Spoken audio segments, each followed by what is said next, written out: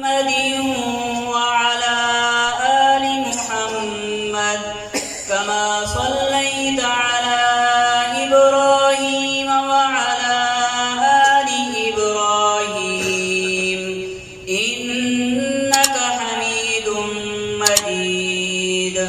اللهم بارك على محمد وعلى آل محمد كما باركت على إبراهيم وعلى آل إبراهيم إنك حميد مجيد. باب قول الله ونضع الموازين القسط ليوم القيامة وأن أعمال بني آدم وقولهم يوزن. وقال مجاهد: القسطاس العدل بالرومية.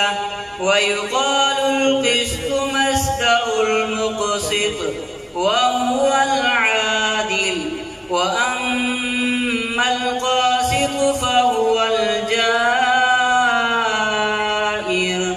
بالسند المتصل منا إلى أمير المؤمنين في الحديث أبي عبد الله محمد بن إسماعيل البخاري رحمه الله تعالى أقول: قال حدثنا أحمد بن أشتاب قال حدثنا محمد بن فضيل عن عمارة بن القعقاع عن أبي زرعة عن أبي هريرة رضي الله تعالى عنه وعنهم قال: قال النبي صلى الله عليه وسلم: كلمتان حبيبتان إلى الرحمن خفيفتان على اللسان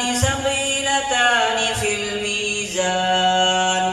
سبحان الله وبحمده سبحان